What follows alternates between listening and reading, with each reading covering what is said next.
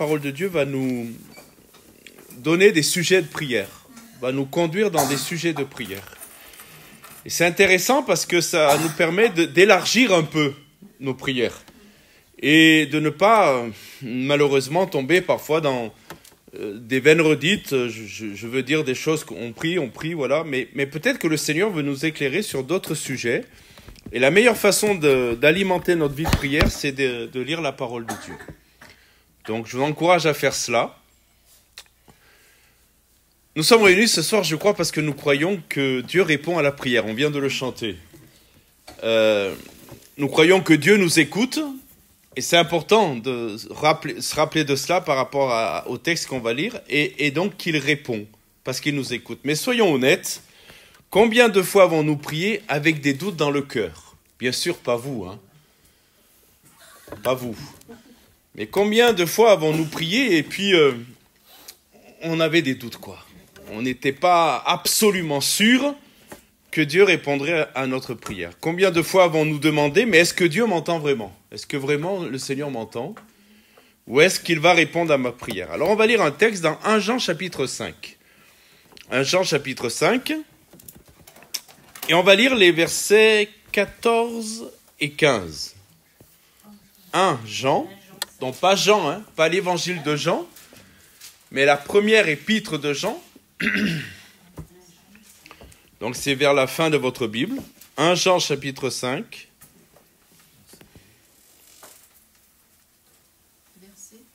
14 et 15. 14 et 15.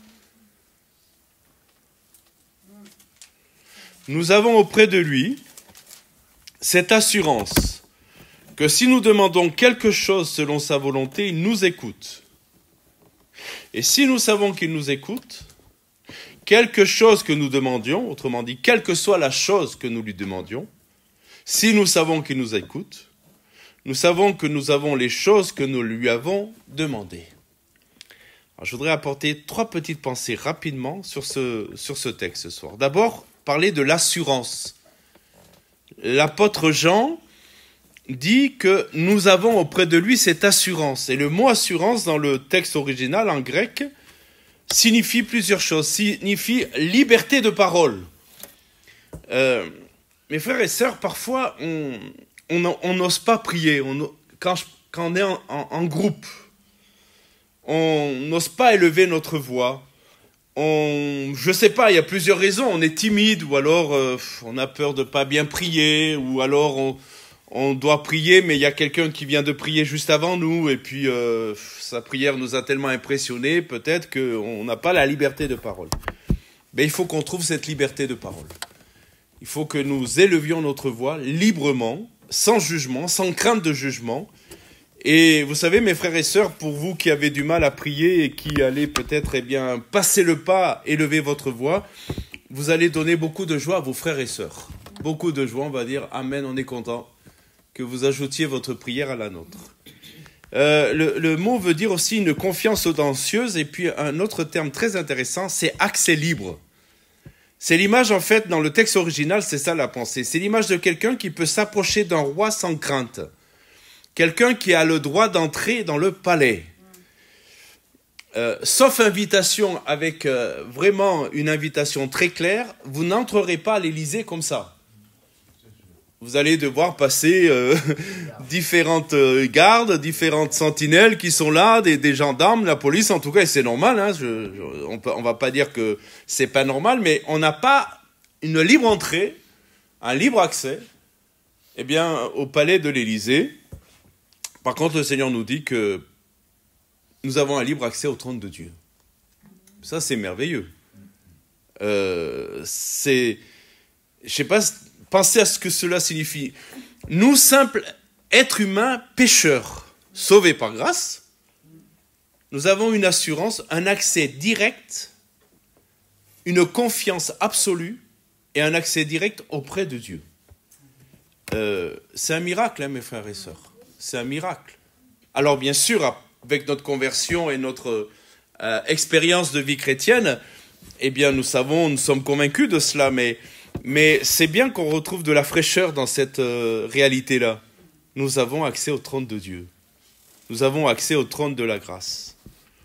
Vous savez que cela a été rendu possible par le sacrifice de Jésus.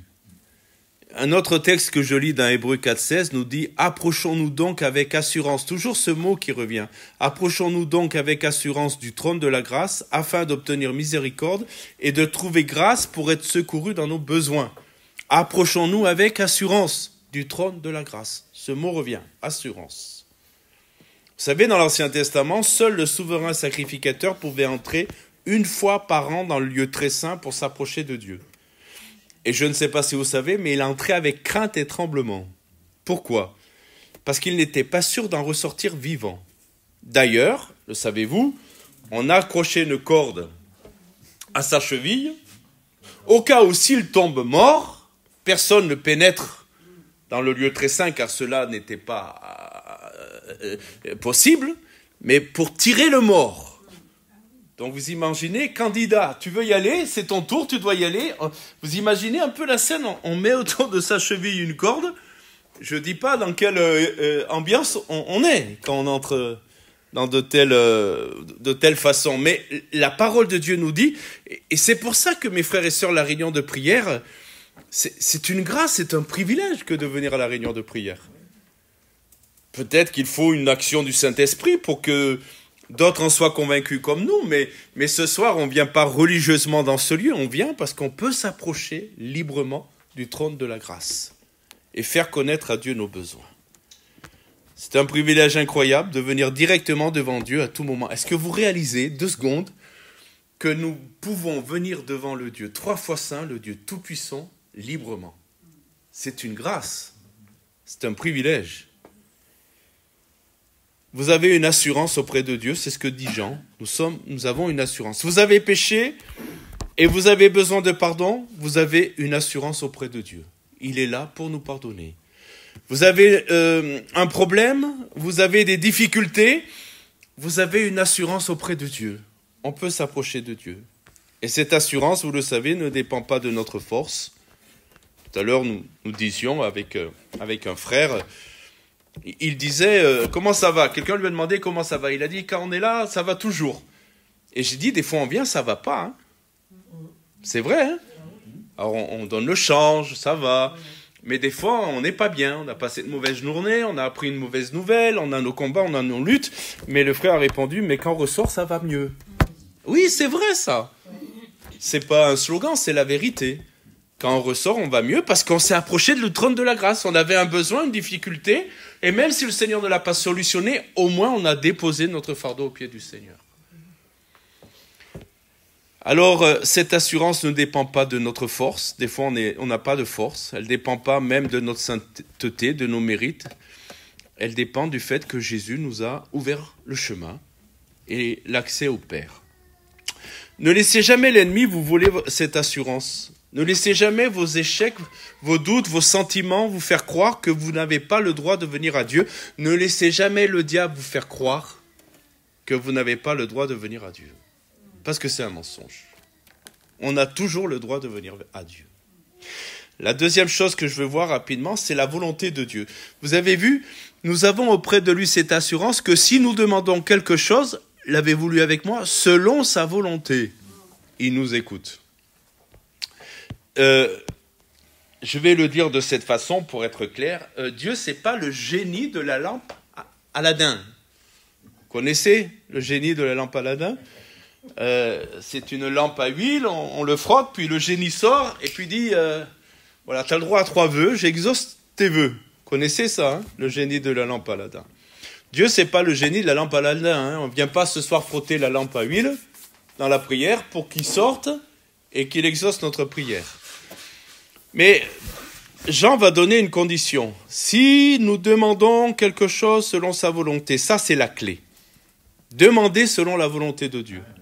Et la prière exaucée n'est pas, je reviens à ce que je disais il y a un instant, une formule magique où nous obtenons tout ce que nous voulons.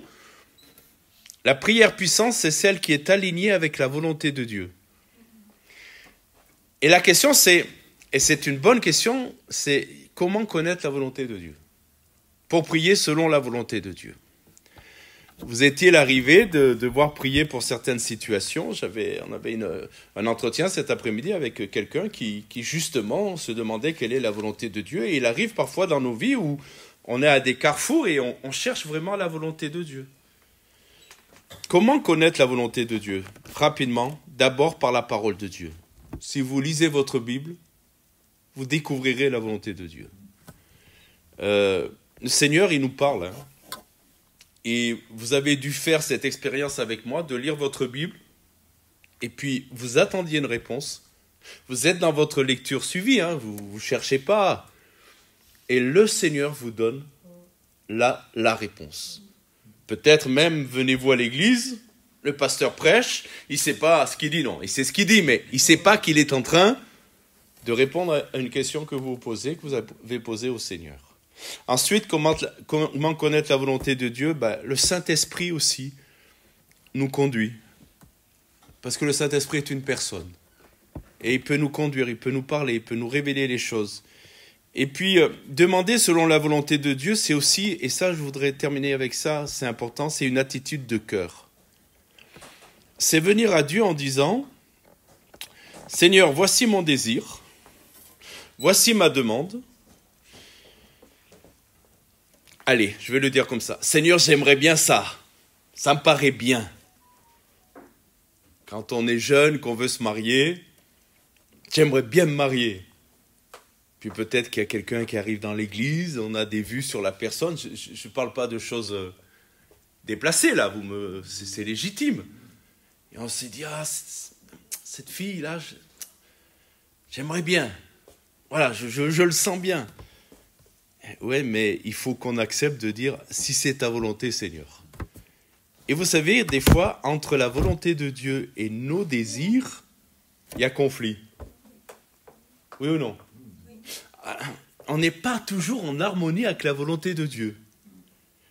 Mais celui qui a dit dans le jardin de Gethsémani, 3 fois, vous le vérifierez, alors qu'il priait et que des grumeaux de sang coulaient de son front, celui qui a dit « Si tu pouvais éloigner de moi cette coupe, mais toutefois que ma volonté ne se fasse pas, mais la tienne. » Si lui a dû soumettre sa volonté à celle de son Père, lui qui a toujours fait la volonté de Dieu, à combien plus forte raison devons-nous demander au Seigneur qu'il nous apprenne à soumettre notre volonté à la sienne. Mes frères et sœurs, je voudrais vous dire quelque chose. Confie-toi, c'est Proverbe 3, 5 et 6. Confie-toi en l'Éternel de tout ton cœur et ne t'appuie pas sur ta sagesse. Recommande-le dans toutes tes voies et il aplanira tes sentiers. Il faut que nous apprenions, et ce n'est pas facile à apprendre, que quand Dieu nous dit non, ce n'est pas pour nous faire du mal, c'est pour nous garder, et que souvent, il a d'autres choses pour nous, de meilleures choses pour nous. Il y a des papas ici. Imaginez qu'un enfant demande à son père « Donne-moi un couteau qui coupe bien. » Pas un couteau à bourron, là. Un couteau qui coupe bien. Si vous êtes un bon papa, vous n'allez pas lui donner ce couteau. Vrai ou pas? Parce que vous savez que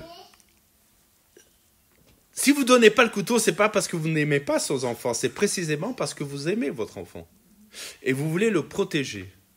Et des fois, il y a des choses difficiles avec le Seigneur parce que on va parler franchement. Nous, on se dit, ce couteau-là, il m'irait bien. J'aimerais bien avoir ce couteau. Vous comprenez l'image, hein? Oui. Mais le Seigneur, il dit surtout pas parce que tu vas te faire mal avec ça. Donc, je ne vais pas te le donner. Ça ne veut pas dire que je te prive. Ça veut dire que je te garde. Vous me suivez? Oui. Il nous écoute. Je termine vraiment avec ça. Il nous écoute. Écoutez, ce soir, moi, je crois que Dieu va nous écouter.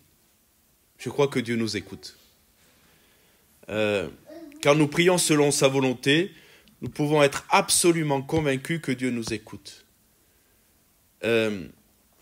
Remarquez-le, et on va prier. Remarquez-le, il dit bien, il nous écoute maintenant. Le temps, c'est quoi? C'est le présent. C'est pas nous aurons peut-être dans le futur, peut-être, nous recevrons un jour si Dieu veut. Non, le texte dit, regardez, nous avons.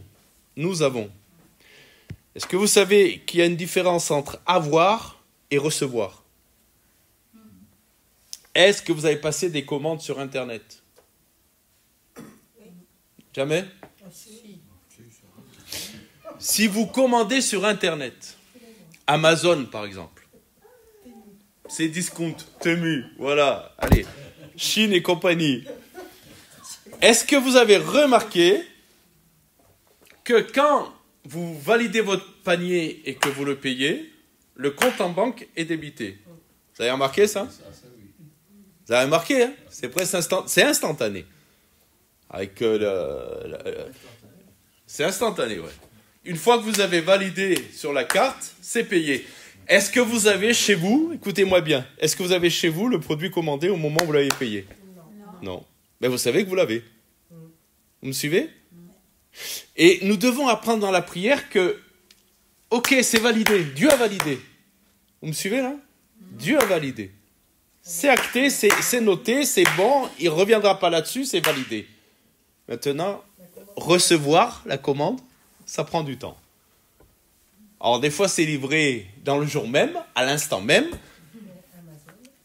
et des fois ça dure des années.